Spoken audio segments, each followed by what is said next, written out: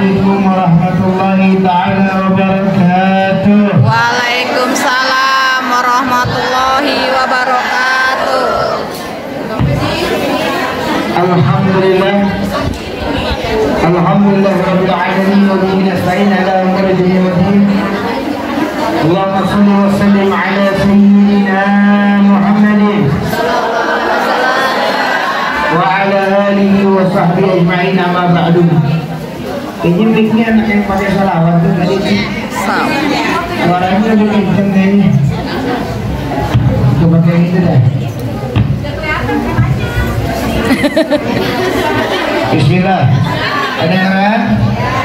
Ibu-ibu sehat? Alhamdulillah. Alhamdulillah. Anu ini tablik akbar. Habib biar kelihatan yang di belakang. Oh gitu.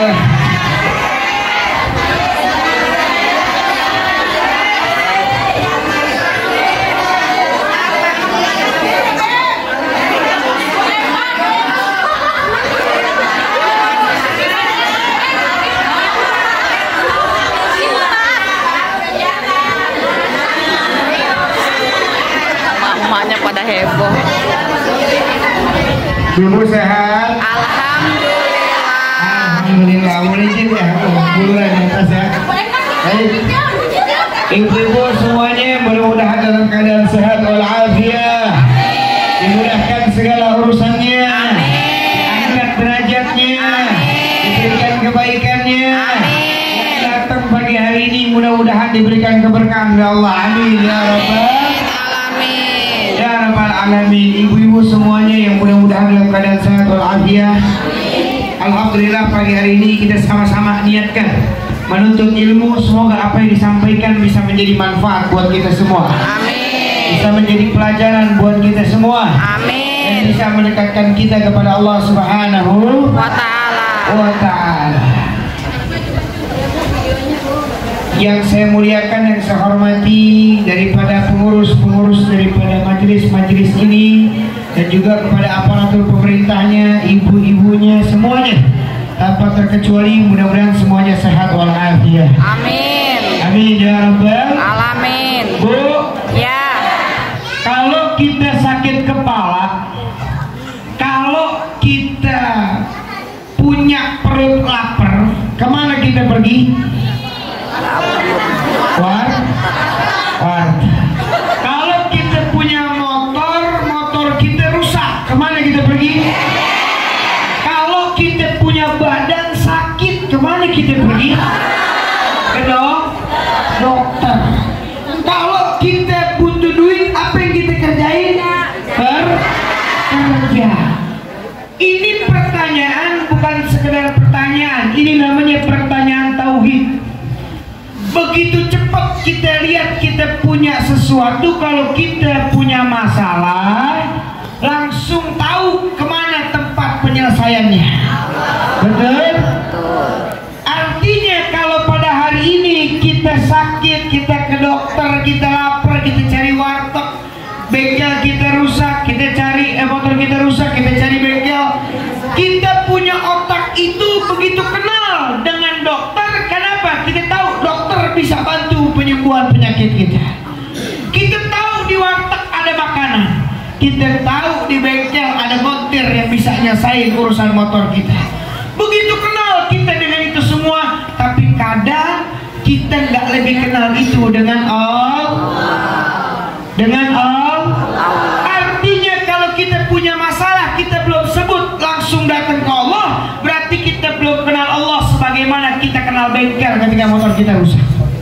Kita belum kenal Allah sebagaimana kita kenal dokter ketika kita sakit.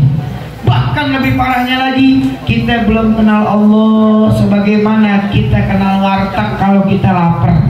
Padahal kita tahu Allah kalau kita datang pasti bisa nyesain masalah kita. Betul? Betul?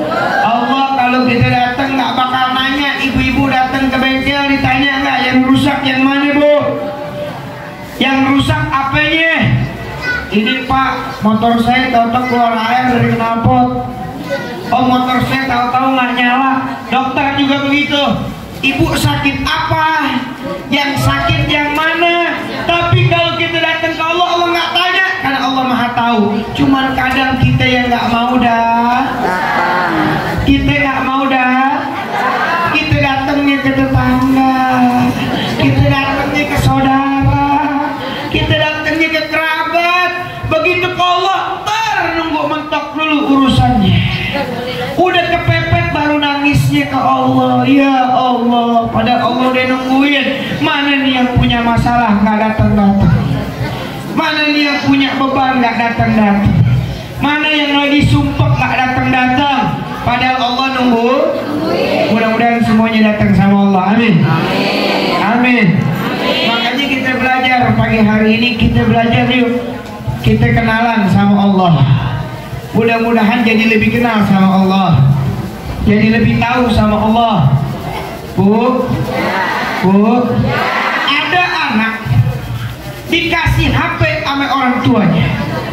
Begitu dikasih HP sama orang tuanya, ini anak ditelepon nggak diangkat.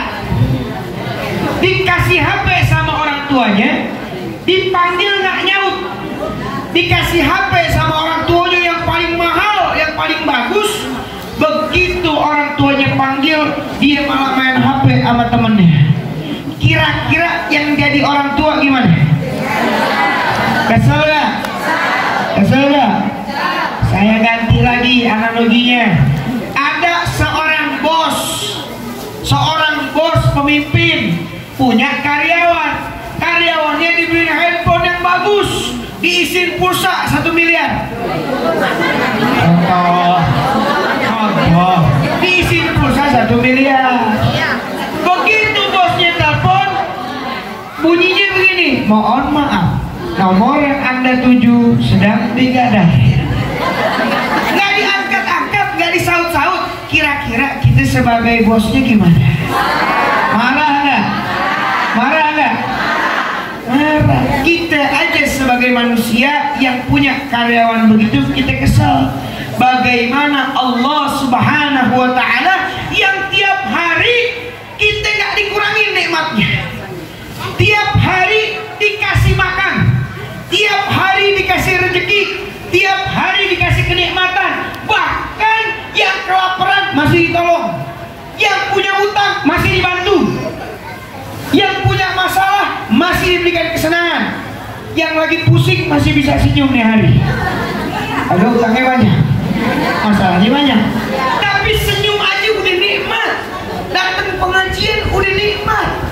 Ini nikmat dari Allah. Tapi kadangkala kita jauh dari Allah Subhanahu wa Ta'ala, nggak peduli sama Allah, nggak peduli dipanggil Allah, nggak peduli apa yang Allah pengen dari kita, saking jauhnya kita. Na'udzubillah min. Jangan sampai akhirnya Allah marah, dicabut semuanya, diambil semuanya. Saya tanya, kalau ada anak atau karyawan yang kayak begitu, kira-kira yang jadi orang tua nih, apa yang terjadi? Diumpetin ke handphonenya, diambil ke handphonenya. Kalau begitu besok kau usah main handphone lagi, besok kau usah pegang handphone lagi. Kenapa? Pegel kita sebagai orang tua. Ini kita sebagai hamba Allah, Allah kasih nikmat, Allah kasih kebaikan, Allah kasih kebahagiaan, Allah kasih bir, tapi saya belum bahagia. Oh lihat, bahagianya kayak gimana yang kita mau. Lihat dulu zaman kita susah sama sekarang. Lihat orang yang di bawah kita dengan diri kita.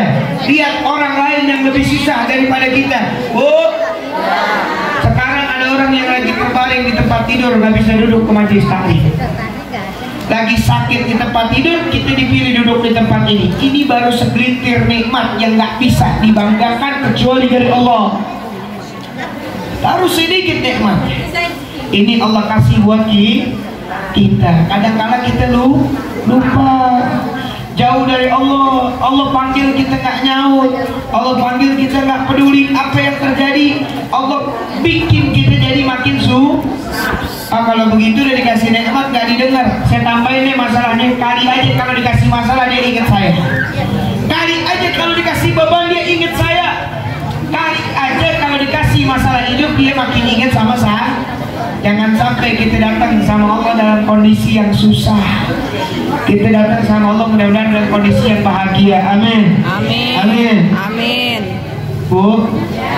Allahu Akbar, Allahu Akbar.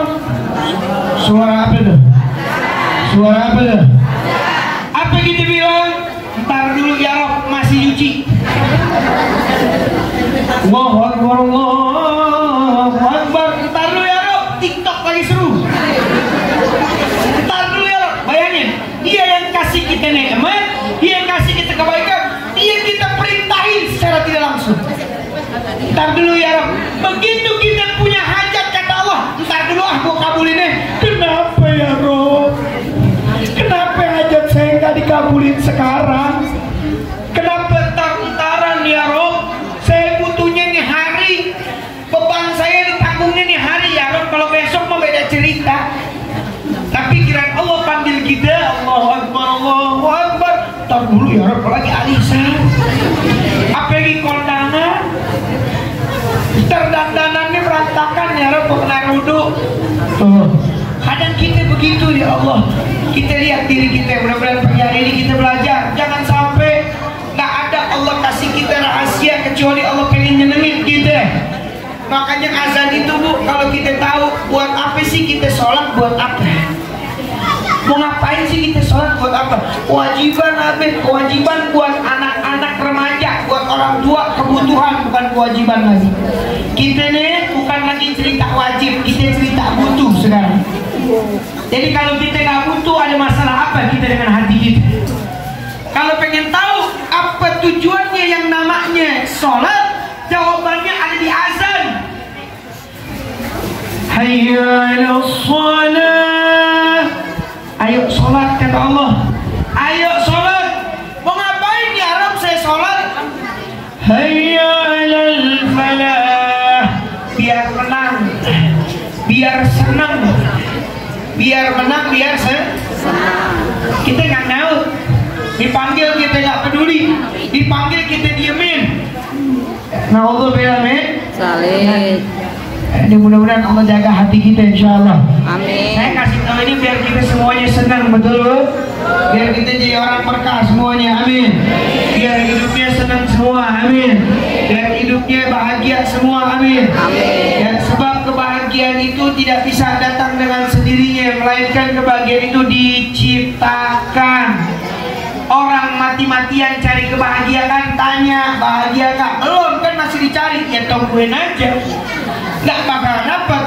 Caranya dapat kebahagiaan adalah diciptakan. Saya ada orang di luar sana, cara bahagianya punya mobil Mercy, cara bahagianya punya rumah real estate yang mewah.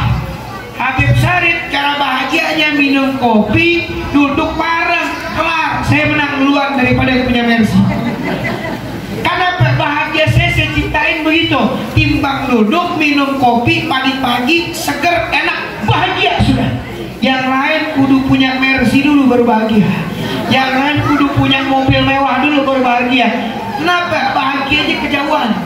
Kita butuh sekarang bahagianya, jangan lama-lama. Umur nggak ada yang tahu Bu, betul? Ntar bahagia belum dapat, Allah udah panggil duluan, repot urusan. Mumpung masih ada umur, kejar bahagianya sekarang. Habib, gimana mau bahagia, utang banyak. Gimana mau bahagia, masalah banyak. Masalah Bu ditungguin. Masalah ditungguin, jangan ditunda-tunda, ditungguin. Ya, kalau ibu bilang, Habib kalau saya nggak bayar nih urusan saya, kalau saya nggak beresin di urusan sama si fulan, nanti saya bakal begini. Kan masih nanti, yang sekarang dulu kita nikmati. Tapi kan nggak usah pakai tapi-tapian. Yang sekarang yang bisa dinikmati, nikmati, karena yang sekarang adalah milikmu, yang nanti adalah milik Allah. Jadi selagi kita bisa nikmati yang sekarang, nikmati dulu yang sekarang, betul? Yang hari ini nih, ibu-ibu lagi nikmatin nih, hari ini lagi dapat rezeki hadir majlis tadi. Jangan pikirin masak di rumah. Jangan pikirin siang makan apa. Jangan pikirin yang sekarang nih. Gimana saya bisa bahagia datang majlis taklim yang nggak pernah saya dapetin kebahagiaan di waktu-waktu sebelumnya. Itu yang kita pikirin. Itu yang kita nikmatin. kebahagiaan buat kita. Amin. Kalau nggak begitu Bu, capek. Saya ngadepin orang nih dengan berbagai model, udah ratusan orang, ribuan orang. Ada orang datang ke pesantren saya di Blok B, Habib saya mau bunuh diri. Waduh, kenapa lagi nih? Saya punya utang, saya mau bunuh diri. Berapa utang ente? 700.000. 700.000 mau bunuh diri, dia bilang. Tapi saya nggak salah, karena bagi saya setiap orang punya masalahnya masing-masing. Bisa jadi buat kita enteng, bagi dia berat. Saya tanya kerjanya apaan? Ngegojek, Beb. Penghasilan dari Gojek berapa? 1,5 juta tiap bulan. Oh, saya bisa dong bayar utang. Bisa, Beb. Cuman masalahnya jajan saya banyak, Beb. Pengeluaran saya banyak. Jadi atur aja. Akhirnya kita duduk baru dia paham. Ternyata sesimpel itu, Beb. Cuma ngatur berapa utang bisa lunas. Dia habis mau gimana lagi? Jadi kadang masalah itu kalau dipikirin nggak kelar. Kita belajar, mudah-mudahan pulang dari sini hidup lebih tenang, Bu, betul? Jiwa lebih tenang, ibadah lebih tenang. Saya kalau mungkin yang pernah hadir di pengajian saya rutin, saya salah satu orang yang senantiasa kalau ceramah yang dibahas urusan rezeki, urusan masalah, urusan ekonomi, urusan hidup. Kenapa? Karena buat saya tidak ada ketenangan yang bisa dinikmati kalau urusannya cuma karena perkara dunia. Betul? Betul? Gimana mau sholat tenang ngambil utang banyak? Gimana mau tenang kerjaan nggak dapat? Makanya kita belajar urusannya gituan biar dunia akhirat kita selamat. Betul? Biar dunia akhirat kita tenang, masalah kita beres. Amin. Makanya saya ajarin kata Allah Subhanahu wa Ta'ala dalam surat Al-Fatihah. Surat Al-Fatihah, Bu, jangan jauh-jauh dah. Fatihah. Dalam surat Al-Fatihah yang kita baca tiap hari 5 waktu. Apa kata Allah dalam surat Al-Fatihah? Iyyaka na'budu Wa iyyaka nasta'in. Kau punya masalah, kau punya beban hidup, kau punya masalah-masalah kehidupan. Iyyaka na'budu wa iyyaka nasta'in. Sembah aku, sujud padaku, aku tolong. Jangan dibalik, tolong dulu ya, Po, baru saya sembah. Kalau engkau tolong, baru saya sembah. Ini ayat Fatihahnya jadi terbalik. Iyyaka nasta'in wa iyyaka na'budu. Harusnya iyyaka na'budu wa iyyaka nasta'in. Kau datang kepadaku, kau sujud kepadaku, aku berikan pertolongan. Jadi kuncinya tolong dulu atau sujud dulu? Sujud. Kalau kita kadang enggak, tolong dulu deh baru habis itu kita sholat. Kalau masih banyak masalahnya nggak bisa sholat, nggak bisa, akhirnya jadi acak-acakan. Betul? Betul? Saya senang, kenapa? Karena saya punya portofolio banyak. Alhamdulillah, hadis minimah yang datang ke tempat kita. Ada satu orang punya utang 800 juta, Bu. Datang jam 2 malam 800 juta. Saya bilang ikutin 3 bulan Allah beresin insya Allah. Sekarang udah punya mobil Pajero, rumahnya gede. Saksi hidupnya banyak sama majelis saya kalau nggak percaya. Kenapa? Karena kuncinya cuma satu, balik, Pak. Irji ila rabbika radiyatan mardiyah. Balik sama Allah. Kenapa carinya manusia bukan yang dicari Allah? Kenapa lebih peduli sama manusia? Habib saya punya ini, tapi kan gara-gara dia, nggak ada gara-gara dia. Jangan pernah pakai kalimat gara-gara dia. Bisa jadi dia cuma perkara, cuma sebab biar kita balik sama Allah. Begitu kita balik diselesain sama Allah. Ini cuma sebab, betul? Sebab doang. Ya, saya punya kendaraan, Bu. Saya punya masalah, saya punya kendaraan saya hilang. Saya geser, saya jual gara-gara punya masalah kendaraan dijual. Saya bilang sama Bang Arin ya di sini. Saya bilang apa? Kalau ini mobil tetap punya saya, balik lagi ntar ke depan pagar saya bilang. Kalau ini mobil tetap rezeki saya punya saya, ntar juga balik lagi ke depan pagar saya dan balik lagi nggak meleset atas izin Allah. Yang penting balik sama urusannya beres, kendaraannya tetap mah. Allah cuma pengen jadi sebab aja. Kalau orang bilang apa bercanda aja biar kita ingat, jangan kejauhan mainnya, betul? Betul? Hanya mudah-mudahan ibu-ibu yang di sini bisa jadi manfaat buat kita semua ke depan, insya Allah. Bisa jadi kebaikan buat kita semua, insya Allah. Ya, mudah-mudahan ibu-ibu yang datang, ya ayo mulai sekarang nggak ada masalah yang nggak bisa diselesaikan. Masalah itu nggak besar, yang kecil iman kita. Kalau masalahnya kecil, berarti imannya lagi besar.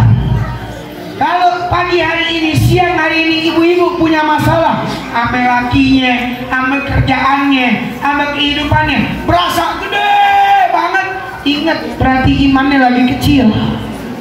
Kalau berasa enteng banget, berarti imannya lagi cakep.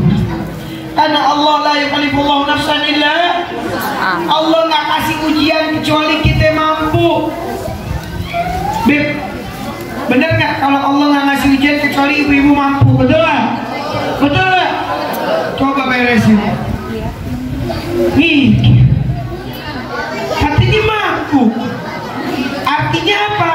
Allah nggak kasih kita ujian kecuali Allah tahu kita mampu menghadapinya untuk menyerahkan kepada Allah, selesai itu. Tapi kalau cuma dihadapin dong, cukup baru. Gua mampu nih, Allah nggak kasih gua mampu nih, makin banyak masalahnya. Mampu, tapi makin nangis. Mampu di sini maksudnya apa? Mampu menghadapinya atas kekuatan Allah, mampu menghadapinya atas izin Allah, mampu menghadapinya untuk meminta pertolongan Allah. Beres. Rezeki ngalir ke air sungai, amin. Amin. Rezeki ngalir berkah, amin. Amin. Biar Allah bukain segala kebahagiaan hidup. Ingat bu, kuncinya apa? Bahagianya diperkecil, diperkecil. Saya kan udah pernah sampaikan dulu, saya bilang saya ngadepin orang konseling yang punya utang, cara nyelesainnya yang pertama apa? Kelonan. Oh. Ini bener ibu, nggak percaya. Kelonan. Semua yang punya masalah kalau ketemu saya, Beb, gimana caranya tentang saya? Masalah saya banyak ame orang, ame ini. Caranya apa? Yang pertama kelonan. Tahu kelonan bu? Yang punya laki kelonan. Maksudnya apa kelonan? Jaga hubungan baik sama suaminya. Jaga hubungan baik sama suaminya. Ya, bangun rumah tangga kayak baru 2 hari nikah. Atur. Makanya saya kalau dapetin, biar saya punya utang, gimana hubungan antum sama istri? Ya, gara-gara diutang jadi ribut. Ya, nggak bakal beres sudah. Makin jauh dari kata beres sudah. Makin jauh dari kata. Rapiin dulu yang pertama. Rapiin hubungan rumah tangganya. Jaga hubungan rumah tangga. Yang tadinya sering ribut, bikin 1 minggu tanpa ribut. Amin. Amin. Yang tadinya banyak ngeluh, bikin 1 minggu tanpa ngeluh. Belajar. Nanti Allah bikin tuh yang tadinya utangnya 100 turun 98, 97, 96. Begitu berantem lagi naik lagi 99. Ribut lagi. Karena kunci keberkahan rezeki ada pada rumah tangga. Dan ini nggak bisa dibohongin. Silahkan buktikan sendiri. Rumah tangga itu paling luar biasa dalam urusan rezeki, nggak main-main. Ya. Jadi kalau rumah tangganya sudah berantakan dalam urusan komunikasinya, dalam urusan kemudiannya, jangan harap hidupnya berkah. Sekalinya lakinya berkah, pasti banyak dagangannya. Selagi udah lakinya berkah, pasti banyak jajanannya. Adi aja yang ngeganggu dalam rumah tangga. Rezeki alhamdulillah bagus, tapi karena hubungannya masih gak bagus, tahu-tahu ada aja pengganggu-pengganggunya. Jangan sampai. Naudzubillah min. Naudzubillah min. Kita belajar kata Allah Subhanahu wa taala dalam Al-Qur'an. Apa Allah bilang? Qul Allahumma malikal mulki tu'ti mulka man tasha. Kekuasaan itu ada di tangan aku, kata Allah. Tu'ti mulka man tasha. Gua bisa kasih buat siapa yang pengen gua kasih, kan Allah. Yang hadir di sini hari ini nggak punya kuasa, besok punya kuasa, bisa nggak? Hari ini nggak punya duit, besok dapat 5 triliun, bisa nggak? Bisa. Amin. Amin. Amin. Amin. Cepet duitnya. Masya Allah ya. Luar biasa bisa nggak? Allah bilang Qulillahumma malikal mulki tu'ti mulka man tasha. Kekuasaan di tanganku kata Allah, dan aku bisa kasih kepada siapapun yang pengen aku kasih. Tukhrijul hayya minal mayyiti wa tukhrijul minal mayyita. Yang hidup aja bisa gua matiin kata Allah, yang mati bisa gua hidupin. Tulijul laila fin nahari wa tulijul nahara fil lail. Pagi bisa saya bikin malam kata Allah, malam bisa saya bikin pagi. Segala utang kecil betul sudah. Masalah hidup kecil. Wa tarzuqu man tasya'u bighairi hisab. Aku bisa berikan kalian rezeki unlimited bighairi hisab.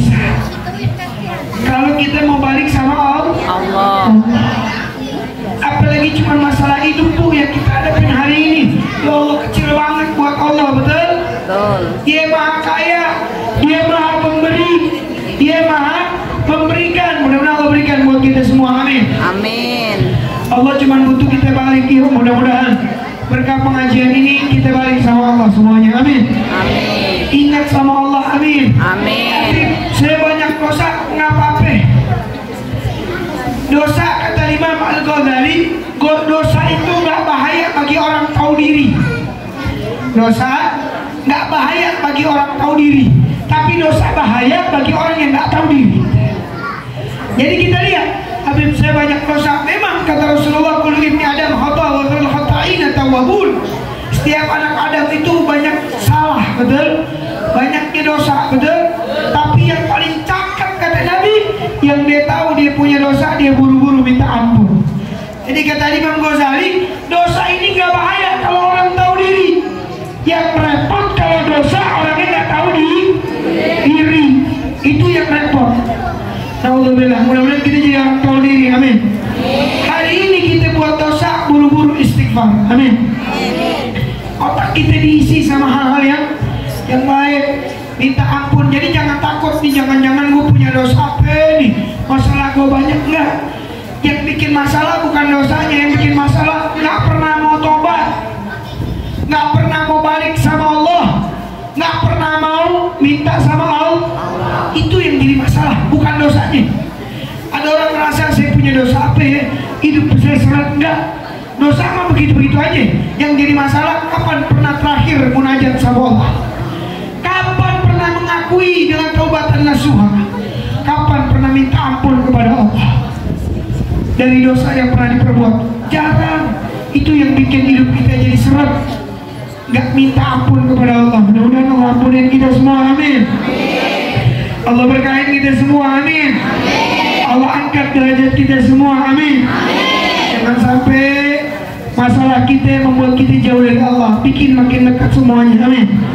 Caranya gimana, Bu? Jangan putus sholat duha, jangan putus sholat tahajud, jangan putus wirid, zikir, betul? Ini kuncinya kita nih, suami kita cari duit, biarin dia cari duit, jangan dipusingin.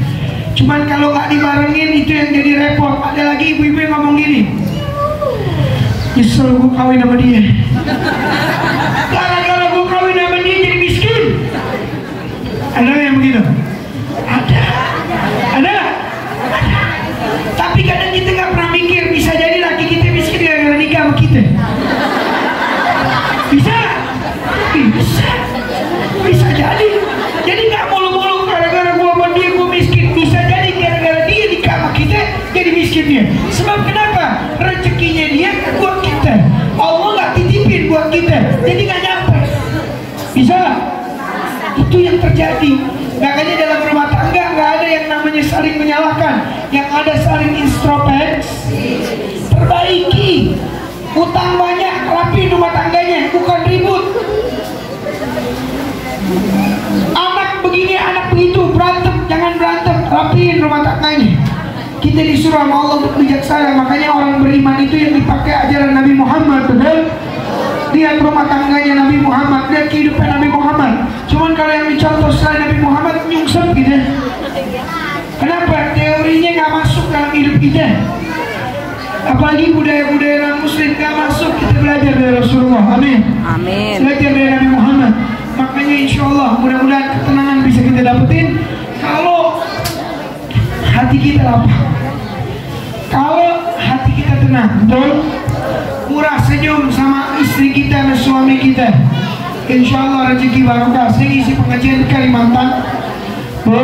Ya. Saya lupa deh di Kalimantan apa di Sulawesi, saya lupa. Saya bilang sama ibu-ibu begini, Bu, percaya nggak? Yang ibu-ibu hadapi pada hari ini keluh kesah itu bisa Allah beresin hitungan hari. Oh ya bener Bib, mana mungkin?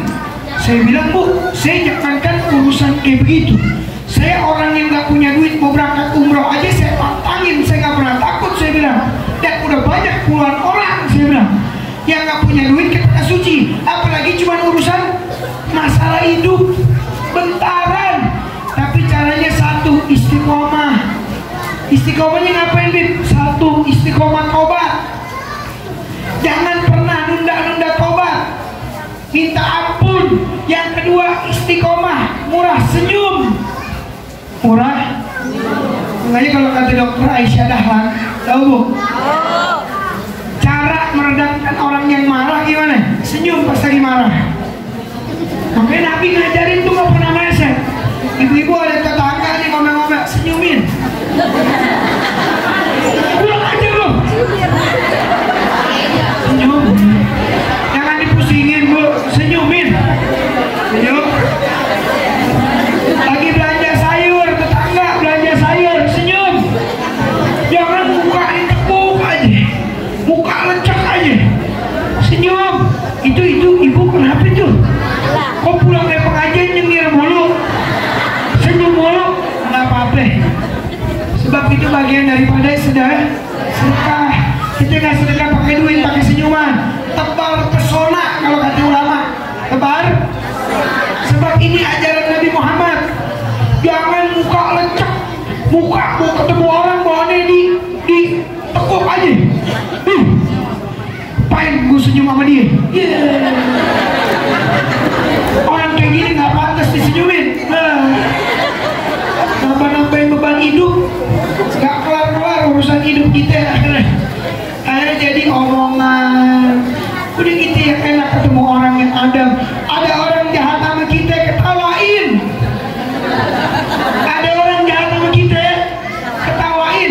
Saya pribadi nungguin. Karena pun saya berhadapan dengan orang jahat tidak pernah diajarkan oleh Nabi Muhammad. Balasnya adalah dengan kebaikan. Jadi ada orang, Habib, dia begini-begini. Ya Allah, nggak ada cerita lebih lucu lagi, lebih seru lagi. Kita nikmatin. Kenapa?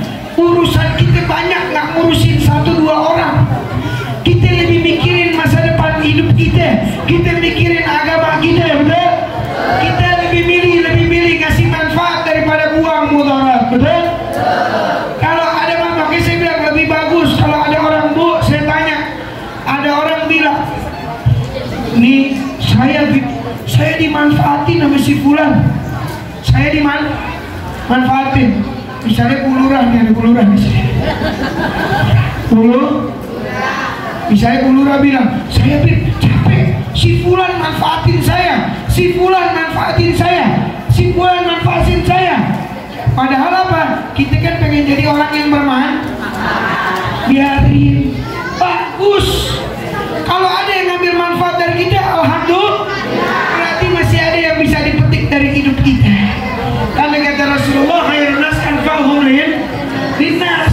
Makanya kalau ada orang ngomongin orang, berarti dia dapat manfaat. Alhamdulillah dapat manfaat. Apa bang? Hati tenang, plong, betul? Makanya ada satu ilmu yang mahal nih, mudah-mudahan bisa nih diamalin. Nama ilmunya adalah ya udah deh. Ya udah. Aduh. Ya udah. Ada orang, ya udah deh. Ya udah deh. Ini kalau kita nggak ada duit, kita nggak bisa makan di hari. Ya udah deh.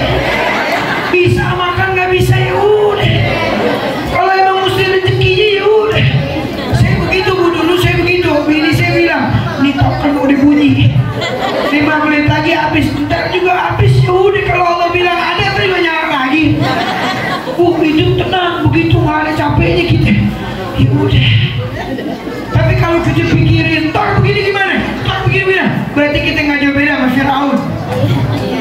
Firaun itu karena takut dengar kabar ada orang yang menghancurin kerajaannya, panik.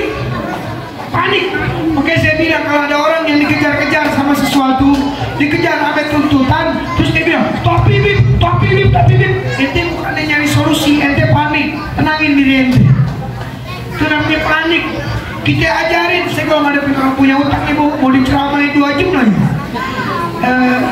Jadi saya harus berbuat apa bib? Udah ngoceh 2 jam, saya harus berbuat apa nih? Makanya kalau ketemu orang punya utang, udah dia pulang deh. Mendingan tenangin diri, minta sama Allah kelar. Sebab mau dikasih ilmu kayak apa? Enggak, intinya gimana Beb? Solusinya apa Beb? Padahal jangan pernah cari solusi dulu, solusi nomor 100. Yang penting cari ketenangan. Kata ulama, orang punya masalah hidup, kalau dia berhasil tenang, setengah masalahnya udah selesai. Tinggal cari setengahnya lagi. Tapi kalau dia nggak tenang, itu ibarat penyakit tuh dalam tubuh. Akhirnya jadi apa? Jadi kanker, jadi stroke, betul? Tak kelar urusan. Tenangin hati kita, amin. Tenangin jiwa kita. Mudah-mudahan kalau tenangin jiwa dan harga raga kita, amin. Catat bu, ilmunya apa namanya? Bisa diamalin. Hati kita tenang, minta sama Allah ya Rob. Ada ya udah. Ini mahal saya sampaikan ilmunya. Sebab kenapa? Ketenangan itu berharga. Yang penting kita tenang. Ya, yang penting kita jiwa. Saya punya anak sakit, istri saya telepon, saya lagi di luar kota. Pak, ini si anak saya sambil sakit. Gimana? Saya bilang kalau sakit bawa ke dokter, jangan telepon saya. Saya bilang, saya bukan dokter. Jadi gimana? Bawa ke dokter. Nanti apa kata dokter kabarin saya. Kalau telepon saya bingung, lagi di luar kota, anak sakit. Oh ya udah, dibawa ke dokter. Akhirnya dari situ istri saya jadi belajar. Berarti caranya gimana? Tindakan dia udah karena tahu lakinya, ya udah deh. Mau gimana? Bu, ada sesuatu yang bisa kita rubah, ada sesuatu yang nggak bisa kita rubah. Ada sesuatu di atas genggaman kuasa kita, ada sesuatu yang tidak bisa kita kuasakan. Yang bisa kita kuasakan, kuasakan. Yang nggak bisa, jangan ikut campur. Kali itu kuasanya Allah Subhanahu Wa Taala. Masalah kita kerjain semampu kita, berarti kita bisa kuasakan. Begitu nggak kelar, jangan ikut campur lagi selain nama Allah. Jadi jangan berlaga. Tahu berlaga bu? Oh lu saya nggak kerja, utang saya nggak bakal beres. Kata siapa? Ada orang udah kerja nggak beres-beres juga. Kenapa? Itu bukan kuasa dia, kuasanya Allah. Namanya tawakal. Faida agamta fatawakkal Allah. Kalau udah bicara tawakal berarti masalahnya nggak usah diikut campurin lagi bu, betul? Makanya saya ajarin nih ilmu tawakal, jangan dengerin ceramah. Kata Ustadz bilang kita nih harus tawakal. Akhirnya ibu-ibu tawakal, aneh udah tawakal, cuman gimana pikiran? Namanya belum tawakal. Oh, saya kasih contoh nih, ada masjid, namanya Masjid Mujahidin. Betul? Masjid Mujahidin lagi kebangun nih, ngedatengin arsitek dari Amerika, misalnya S3 insinyur, hebat gak? Begitu arsitek datang, DKM-nya Ustaz Edi bilang, tolong bangunin yang paling cakep. Atau ada donatur bilang gini, tolong bangunin yang paling cakep Masjid Al-Mujahidin. Siapa? Ini dari Amerika nih, insinyurnya, cakep kan? Bangunin yang paling bagus, berapapun saya bayar. Tahu-tahu bu, 3 hari ini insinyur baru mulai, nih donatur datang. Maaf Pak Insinyur, udah sampai mana nih pembangunan nih? Akhirnya insinyurnya bilang, maaf Pak, bentar, kita ini lagi ngegambar dulu. Nanti kalau udah kita rapiin lagi, tenang aja. Baik. 3 hari kemudian datang lagi bu, donaturnya. Kok tiang-tiangnya belum naik ya? insinyurnya, Pak, Bapak tenang aja, ini proses pembangunan, nanti kalau udah naik saya kabarin, kan saya lagi proses dulu, apa aturin yang terbaik, betul? Oh gitu. Tinggal ada lagi, balik lagi, kapan jadi? Ya sini masjid. Kira-kira insinyurnya kesel nggak? Insinyurnya kesel nggak? Apa kata insinyurnya? Cari insinyur lain deh, saya cari aja proyek yang lain. Kenapa? Karena dia merasa nggak dipercayain, Bu, betul? Ente manggil Anda dari Amerika buat megang masjid ini, artinya ente percaya. Begitu Anda udah pegang, ente raguin kemampuan Anda bisa beresin ini masjid, betul? Betul? Kalau begitu cari aja insinyur yang lain, betul nggak? Itu kehidupan kita, Bu. Kita ucap pakai mulut, tawakal, saya serahin sama Allah. Tapi kita tanya, kapan ya Allah beres? Ya Allah, saya tawakalin masalah saya. Tapi kita tanya tiap hari, beres gak ya kira-kira masalah saya? Selesai gak ya? Bisa gak ya? Padahal katanya nyerahin sama Allah. Tapi tiap hari ditanyain, ya Allah, kok gak beres-beres? Apa kata Allah? Beresin sendiri sana. Katanya tawakal, tapi tiap hari ditanyain, Bu, kalau udah tawakal berarti jawabannya apa? Ya udah. Ya udah deh. Kalau udah saya serahin semua sama Allah, duduk manis, minum kopi, senyum, kelar udah masalah. Amin. Amin. Tapi kalau baik dia nggak dapet, jangan pakai tapi-tapian. Allah bisa nyelesain pakai tenaga kita maupun tanpa tenaga kita, bisa nggak? Bisa. Jadi jangan seakan-akan kita harus ikut campur baru beres. Kalau ikut campur nggak beres. Kuasa Allah lebih besar dari segalanya, betul? Betul? Betul? Saya ngadepin banyak, Bu. Di saat saya berjuang nggak kelar-kelar. Begitu saya tawakal minum kopi aja, masalah saya tungguin kelar. Ya makanya jangan melawan sama Allah, betul? Makin kita ngelawan makin nggak beres hidup kita, betul?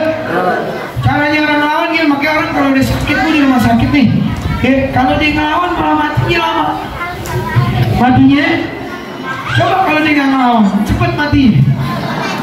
Iya, ada orang sakit begini kemo atau kemo apa habis miliaran, betul? Udah habis miliaran, itu sama seperti tidak ridho. Emang kita harus ikhtiar, tapi kalau sampai benar-benar jual rumah, jual ini buat pengobatan, ya akhirnya apa? Jadi seperti nggak ridho sama ketetapan Allah. Betul? Kemarin ada orang dari Bukit Cikasuka datang ke tempat saya, anak muda. Dia bilang sama saya begini, Habib, saya mau cerita, Habib. Kenapa? Saya punya orang tua sakit keras, sudah 3 bulan di rumah sakit, terus sakit, Bib. Saya nggak mau orang tua sakit, Bu. Bayangin, tangannya isi silet semua, Bu, silet semua isinya, di anak perempuan.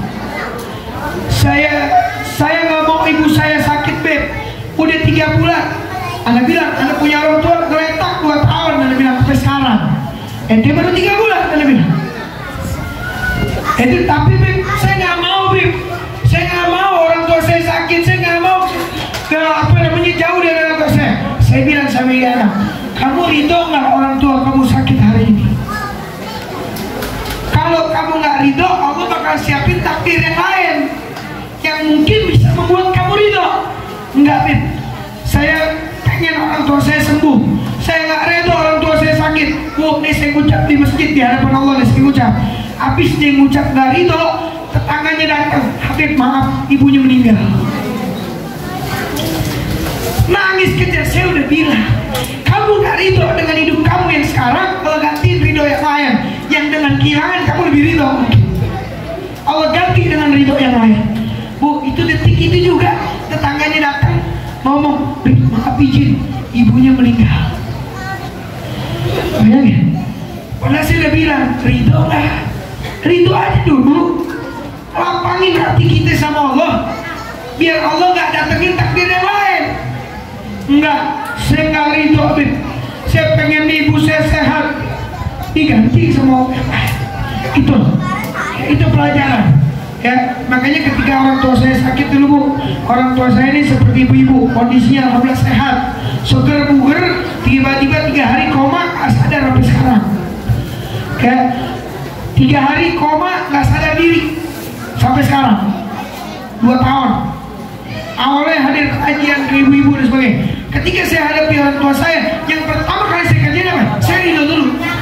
Saya nggak akan menyalahkan ABCD yang saya selain apa? Nggak ada. Saya ridho, udah gimana? Kita nggak ada yang tahu. Allah bisa bikin kita sakit, Allah bisa bikin kita sehat. Tapi kan itu berat dia. Lebih berat lagi kalau misalnya Allah cabut nyawa ibu saya, dadakan tanpa sakit, lebih kaget lagi. Tapi Allah bikin orang tua sakit dulu, ridho aja dulu. Kayak makanya ini ilmu, mudah-mudahan kita dapat masalah. Yang pertama apa Bu? Ini pesan saya nih, ibu-ibu yang datang pengajian hari ini, apapun yang ada di hadapan kita, mau A, B, C, D, F, G, yang pertama nggak apa-apa, ridho dulu. Kalau ridhonya udah dapat, baru nanti pikiran-pikirannya akan lebih tenang, baru bisa lapang. Oh, ini semua sudah sebab Allah racik, tinggal bagaimana saya menyikapinya. Mudah-mudahan dari perkumpulan ini Allah berkahi kita semua, amin. Allah angkat derajat kita semua, amin. Allah berikan kebaikan buat kita semua, amin. Allah jadikan perkumpulan kita jadi perkumpulan yang penuh dengan keberkahan, amin. Amin ya rabbal alamin. Dan mudah-mudahan majelis taklim ini di wilayah Cikasuka menjadi majelis taklim yang istiqamah, amin, yang diberkahi oleh Allah Subhanahu wa taala. Dan saya senang banget tadi Bu Lurah menyampaikan ada support untuk majelis taklim luar biasa. Ya, artinya apa? Kita berlomba-lomba karena ilmu ini penting dalam kehidupan kita. Nggak bisa kita anggap remeh. Kalau bukan kita, siapa lagi yang menolong agama Allah, betul? Kalau bukan kita, siapa lagi? Jangan jadi orang yang egois, betul? Egois terhadap agama, egois terhadap diri sendiri, betul? Yang penting gue seneng, mau agama gue gimana gue nggak peduli, penyakit tuh jangan sekarang, betul? Jangan. Allah bilang tanggung jawab kita berat di hadapan Allah, apalagi di wilayah kita nih. Mudah-mudahan ibu-ibu di sini semuanya imannya kuat, insya Allah jadi barokah, kebaikan. Makanya saya bikin safari maulid setiap tahun, Pak Lurah hadir juga, alhamdulillah, keliling. Biar apa? Biar hidup wilayah kita semuanya hidup. Cikasuka penuh dengan keberkahan, amin. Kalau saja yang bermaksiat bisa terang-terangan, tapi yang baik harus ngumpet-ngumpet, betul? Yang maksiat, yang ini, yang begitu bisa terang-terangan, yang baik mah harus terang-terangan juga, betul? Jangan pernah takut dalam kebaikan, jangan pernah mundur. Kalau bukan ibu-ibu yang ada di sini, siapa lagi yang meneruskan segala kebaikan? Yang kita ingat nih, kalau ibu-ibu udah pada nggak ada umur, kira-kira anaknya bakal ngumpul begini lagi nggak? Kita lihat caranya di mana? Caranya rubah diri kita, keturunan kita berubah. Semangatin kita dalam ibadah, anak-anak kita rajin ibadah, amin, amin. Karena anak itu tanggung jawab. Jangan sampai bapaknya ahli ibadah, ibunya ahli ibadah, anaknya mau kayak gimana? Gua nggak peduli. Alhamdulillah, amin. Masuk nerakanya ditendang gitu. Sampai malaikat. Ingat anak-anak keturunan kita. Saya wanti-wanti Bu di sini semuanya. Karena kalau bukan kita nggak ada lagi yang bisa ngejaga. Kecuali kita semua, amin. Kita semua yang ngejaga. Oke, saya senang banget yang bisa hadir pagi hari ini. Saya senang banget. Kebahagiaan buat saya ketika Cikasuka dan sekitarnya ada majelis taklim ibu-ibu semacam ini. Ya, insya Allah jadi istiqamah Bu. Julus suka di majelis ilmu, latul halaman. Ya, duduknya sejenak di majelis ilmu, tidak megang pulpen, tidak megang kertas sekalipun, lebih baik daripada tasaddaq biha fi sabilillah, lebih baik daripada sedekah 1000 kuda di jalan Allah Subhanahu wa taala. Rasulullah, lebih baik daripada menjenguk 1000 orang sakit. Kalau bisa jenguk 1000 orang sakit silakan, tapi duduk pahalanya kayak begitu. Mudah-mudahan dapat ilmu yang manfaat, dapat kebaikan, amin ya rabbal alamin. Mudah-mudahan pengajian ini bisa membawa kita kepada hidayah Allah. Pesan saya jangan tinggalin tahajud, pesan saya 5 waktunya jangan ditinggal, pesan saya jaga hati kita, jangan memulai keributan apapun. Pesan saya jaga, jangan mau pusing sama urusan yang bukan urusan kita. lagi, yang penting kita nggak dengar. Bib saya dengar, pura-pura nggak dengar. Betul? Hidup itu tenang. Ya, kita fokus bermanfaat. Biasanya orang yang banyak ngomongin orang, biasanya karena tidak bisa ada yang diberikan manfaat, betul? Orang yang suka mobil biasanya posting video orang yang suka motor tiap hari posting tentang motor. Orang yang nggak punya apa-apa biasanya komentarin postingan orang doang, karena dia nggak bisa posting. Jadi kalau kita lihat hari ini, ya, kita diomongin, berarti yang ngomongin nggak punya manfaat, maka manfaatnya ngomongin orang. Jadi kalau kita diomongin girang, berarti ada manfaat. Ucapin terima kasih sama Allah semuanya. Baik. Ya Rasulullah, salamun alaik ya Rafi asyani wa darajat.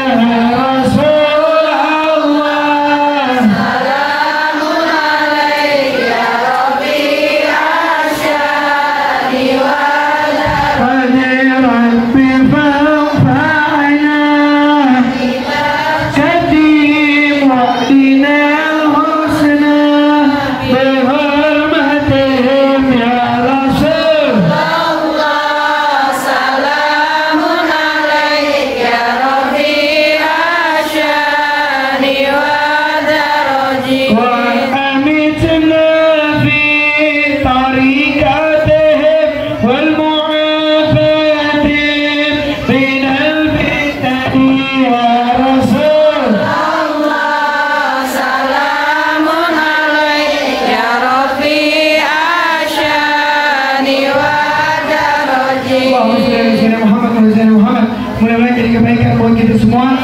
Suara saya habis nih, habis suaranya. Kenapa habis? Karena sistemnya kurang kenceng. Kalau dangdut, kadang kalau ini bener. Saya di mana deh? Saya kadang sama masjid, saya kadang suka ngomong gitu. Kadang masjid sama dangdut kalah sound sistemnya. Bagusan dangdut. Kalau saya malu sama agama Allah, bukan gimana-gimana. Karena kita kan ngaji di sini nih. Kita malu kadang. Mudah-mudahan kita dikasih rezeki yang berkah semuanya. Amin. Ya, dikasih kebaikan buat semua. Amin. Ya, mudah-mudahan jadi kebaikan, jadi rahmat, jadi taufik. Ya, kita tutup sama-sama dengan doa. Dan setelah ini ada santunan ya. Santunan yatim sama-sama. Ya, mudah-mudahan Allah majma'ana ala jama'al marhumah wa tafarraqna min ba'di tafarraqan maqsumah wa ta'ala syakin wal marhumah bijah Rasulullah al-Fatihah. A'udzubillahi minasyaitonirrajim. Bismillahirrahmanirrahim. Alhamdulillahirabbil alamin. Ar-Rahmanirrahim. Maliki yaumiddin. Iyyaka na'budu wa iyyaka nasta'in. Ihdinas siratal mustaqim. Siratal ladzina an'amta 'alaihim ghairil maghdubi 'alaihim waladdallin. Wassalamualaikum warahmatullahi wabarakatuh.